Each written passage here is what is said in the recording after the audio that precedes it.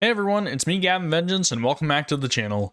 Today we're going to be talking about the second half of patch 1.5, mainly like the two events that we have got to experience at this point because, let's face it, the third one's kind of self-explanatory, honestly, and with patch 1.6 upon us, we should be getting some more new information regarding that tomorrow, thankfully. I feel like now's a good time that we can kind of review the patch as a whole, so without further ado, let's get into it. Very first thing, obviously the big elephant in the room here that I want to talk about is the new character banner and the new character, Eula. So, the banner itself, while it's not really the best banner that we've gotten yet, it is a good banner all in all. I think that the characters are very viable in the banner. And if you guys were lucky enough to get Eula, then congratulations to you. You now have one of the highest DPS characters in the game. Unfortunately for me, however, I pulled 115 times so far. I'm gonna probably toss it another 10 pulls or so on the character banner, and if I get her, then hopefully I get her. I did end up getting Pity Diluc at pull 75, so that was the 50-50 I lost.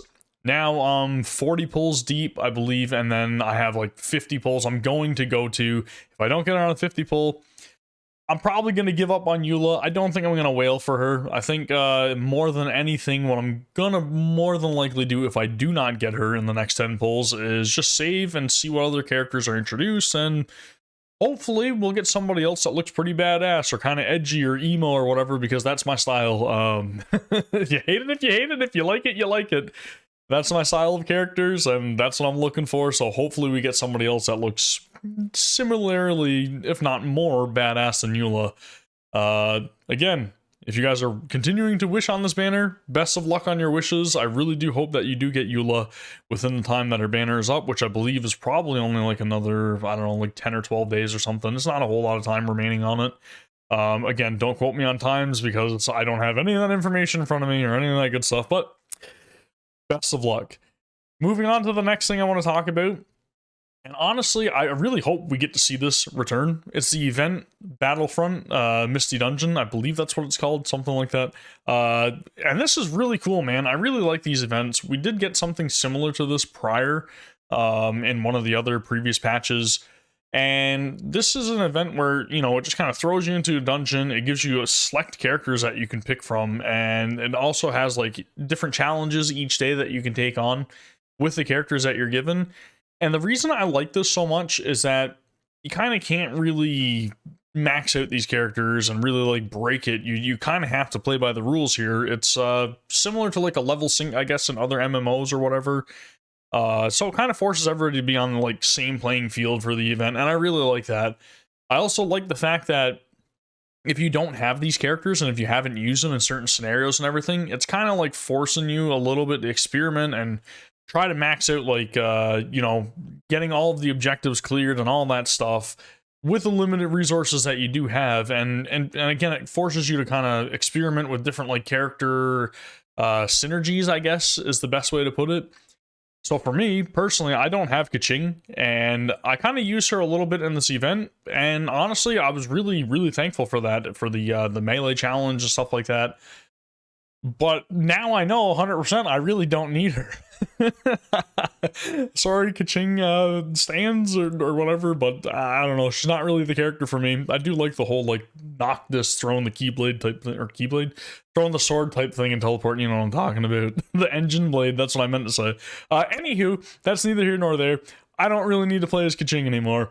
For the most part, I think for a lot of the other events and challenges, I did kind of go a little bit more being able to shield myself as a priority, and I completed all of the challenge fairly easily. So again, I'd really like to see this event return, but hopefully like the events get a little bit more challenging or kind of require a little bit more thinking outside of the box, because I feel like if you had like certain shield characters in your party for this Battlefront Misty Dungeon, you could clear it with ease. So again, I'm sure there's lots of guides and everything that people created. I don't really see much of a need to create any more guides for these temporary events, but again, this is just my hopes and prayers, I guess, to hopefully see this event return in some way, shape, or form in the future.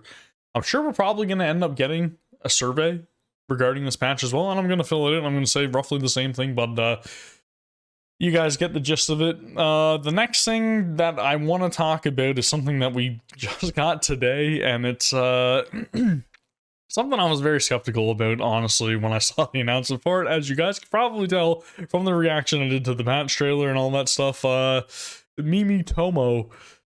Not something that I was really looking forward to, because I really hate it when games try to make you learn like this specific language. And again, it's very strange considering the fact that this is a limited time event. I don't want to have to learn Hilichurlian, and fortunately for me, now I know how to count to 5, right? Because we got Unu, Do, Unu Do, Do, and then Mani, I believe, right? That's number 5. I don't know. Anywho, that's my Hilichurlian, and that's as far as I'm going with it. The event, on the other hand, it actually kind of surprised me a little bit. So I didn't have to completely learn the language, to my surprise. However, the first thing I did do was go immediately to the manual that you were given from, what's her name, Ella Musk. And as soon as I opened it, I was all like, okay, this is a lot of information to take in. I don't want to learn all these words like I was really like fearing when I saw this event. But it turns out, after going through like the very first chapter of this event so far, at least, that it kind of lets you cheat a little bit. So as the Hilichurls are like speaking to you and everything, you can reference the manual and you can kind of just look for the term that they're speaking about, and then you kind of know a little bit roughly how to like answer the Hilichurlian language and all that stuff. And it's not as bad as I was making it out to be, and honestly, it didn't take very long to complete. So after you like, I don't know, read out the phrase that the Hilichurl is looking for, I guess, or you answer them correctly, then it just kind of gives you like a rough idea of where you need to go to find this unusual Hilichurl that you have to take down. Sort of like a mini boss, I guess. Not overly difficult, especially if you've been playing the game for as long as I have. You're gonna find it extremely easy to take down the mini boss. But the rewards, standard 60 primo gems, a couple of like, you know, level up items and whatever else. I'm sure we're gonna see a mix and match of like rewards or whatnot, but nothing too appetizing. However, it does seem like the event is going to be running for a week or whatever, so it's pretty good. I'm not going to complain. I'll take any primo gems I can possibly get, so please, more, sir, please. we need better rewards. Jeez, man. Outside of that, again, the only other thing that's going to be showed off or going to be introduced within this patch before we get 1.6 is going to be the overflowing mastery. And I'm going to guess it's probably going to be similar to like the overflowing ley lines that we got in the prior patch. It wasn't like a game changer or anything, but it's very much appreciated again that we'll be able to go into dungeons and get double the mastery up our talent level up items. That's what I'm talking about, to help you master your abilities. So I'm looking forward to the event. I think it's going to end up with starting up the end of this month. So again, something to look forward to. All in all, I do feel like patch 1.5 has been a really good patch, and I really can't wait to see what they're going to be showing for 1.6, which I will be taking a look at tomorrow. I think it airs at a time that I will be at work, however, so I'm probably not going to be able to check it out live. I'll have to rewatch everything after the fact, unfortunately, but stay tuned, because I'm probably going to be uploading a reaction and going over like all the little details and everything that I showed off, and hopefully we get some new character announcements and Inazuma, please. But that's going to do it for this video. Let me guys know what you think of patch 1.5 and whether or not this spells some kind of hopefulness for anything that we're going to get in the future. Down in the comments below, please. And if you guys like this video, don't forget to hit the like button. It really helps. Really helps. And if you guys want to see more Genshin Impact related content, please subscribe to the channel. Thank you very much for watching. I will see you all for the next one. Take care. Peace.